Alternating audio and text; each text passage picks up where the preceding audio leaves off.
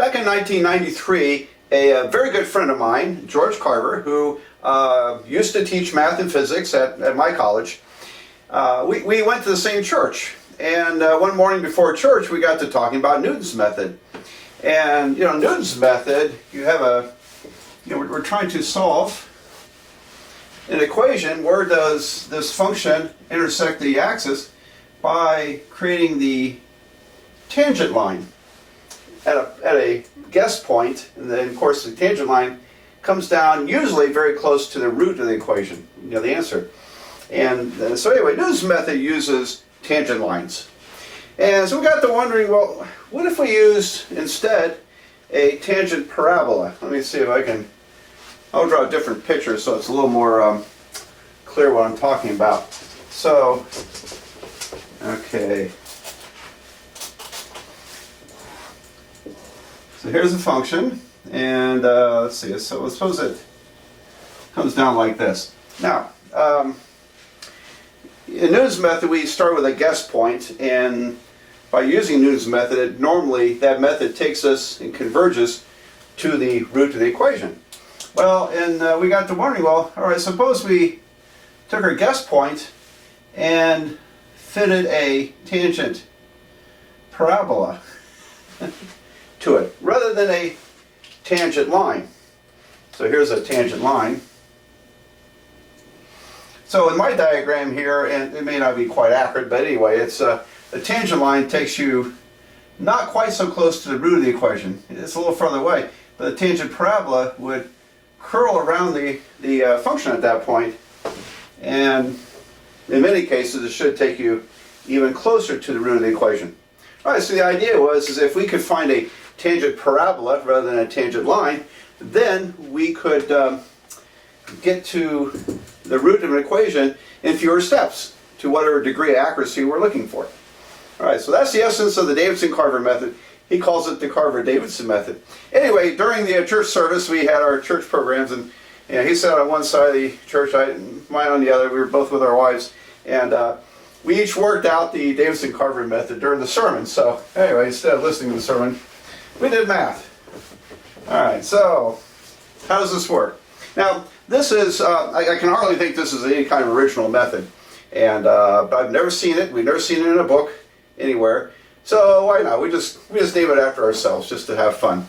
But this method was referenced in a Hollywood movie, a movie called 21. That movie 21 was about, it's based slightly loosely, rather loosely on true events.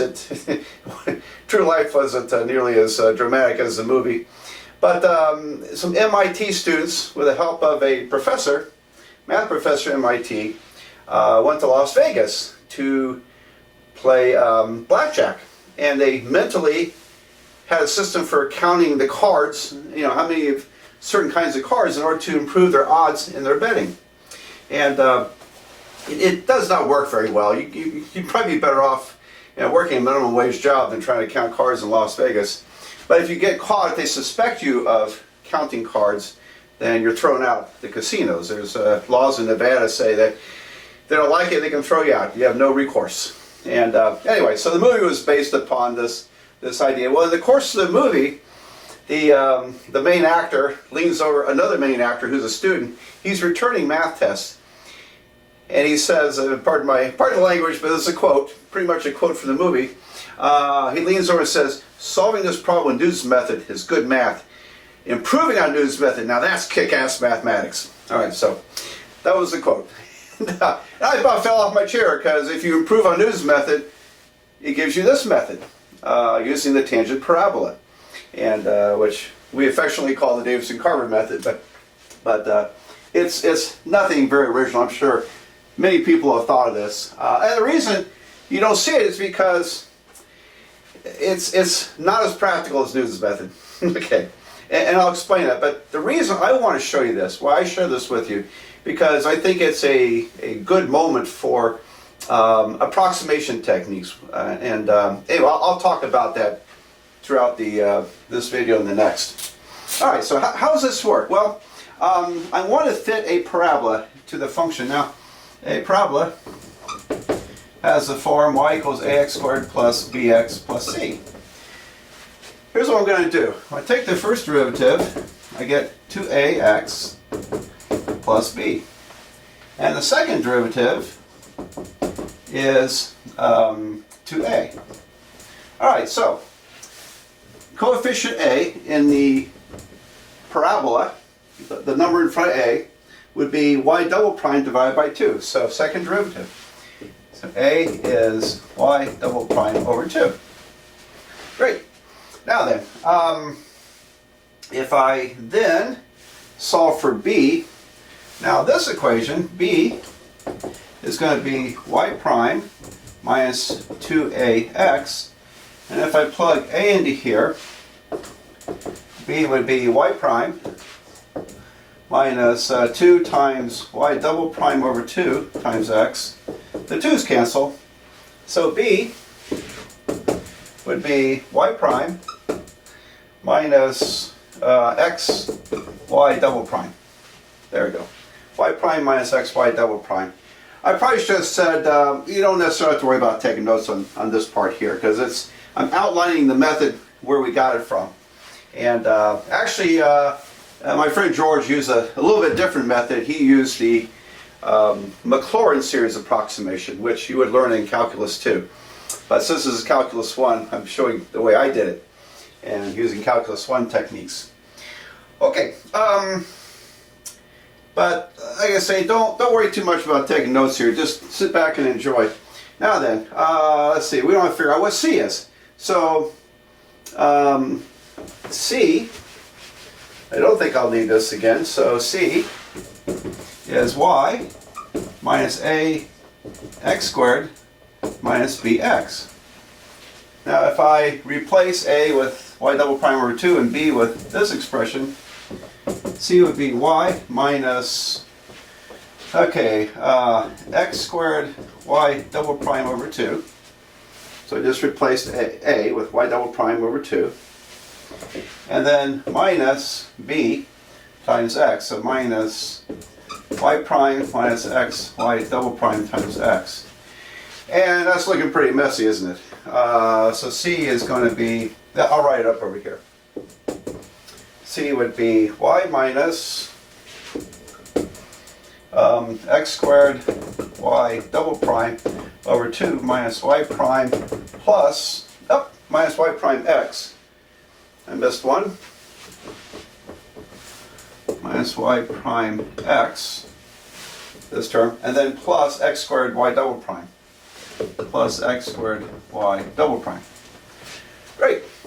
And that simplifies a little bit, doesn't it? First of all, I'll make sure I didn't mess that up. Yeah, it's okay. Times x, that looks good to me. And here I've got two like terms. Here's x squared y double prime minus 1/2 x squared y double prime. So 1 minus 1/2 is 1/2. So C would be y minus x y prime plus x squared y double prime over 2. Alright, there we go. So those are the three coefficients. I'm going to erase the middle one, this one here. Is A, B, and C. And what in the world am I trying to do anyway? Okay, well here's the idea. I'm going to plug these in. Okay, so A goes here, B goes here, and here's C. I'm going to plug it into this and set it equal to 0. And so when I plug these terms into here and set it equal to 0, I'm going to solve by using the quadratic formula. And so putting these expressions in and then trying to solve for, what are we solving for? Solving for x. Are we solving for x? Yes. Now, by using the quadratic formula, and as you can imagine, it's pretty messy. So I'm kind of amazed myself, well, how did I fit all this on one church bulletin during a sermon? Ooh, boy, I must have written very small. Okay. All right. Now, I don't think I'll show that step. It's very messy. You're welcome to try it. I'll write out the answer for you. But the idea, why did I set that equal to 0? Because we're trying to approximate where this function crosses the x-axis, crosses it right here, and I'm drawing a tangent parabola at a point. This is my initial guess point. I can call that x0. And that parabola, I want this parabola, tangent parabola, to equal 0. When it equals 0, it's going to give me two roots. This root and one way over here. Okay, so that's our first problem with the Davidson-Carver method. Which one is it? Which one is it? Well, I think it starts to get complicated there, but we'll talk about that. All right, so that's why I set this equal to 0. I want to see where that crosses the x-axis. Now, we did the same with the Newton's method by taking the tangent line and setting that equal to 0 to see where it crosses the x-axis. So it's the same idea. All right, now, with all that preamble, I'm going to write out the Davidson-Carver method. Okay, and when I solve for x, I'm going to call that x1, the next x. All right, so here we go, and let me look it up here. Erase this, and so here's the Davidson-Carver method. Okay, I'm looking at a paper I typed up years ago on this. X n plus 1 equals to xn minus y prime over y double prime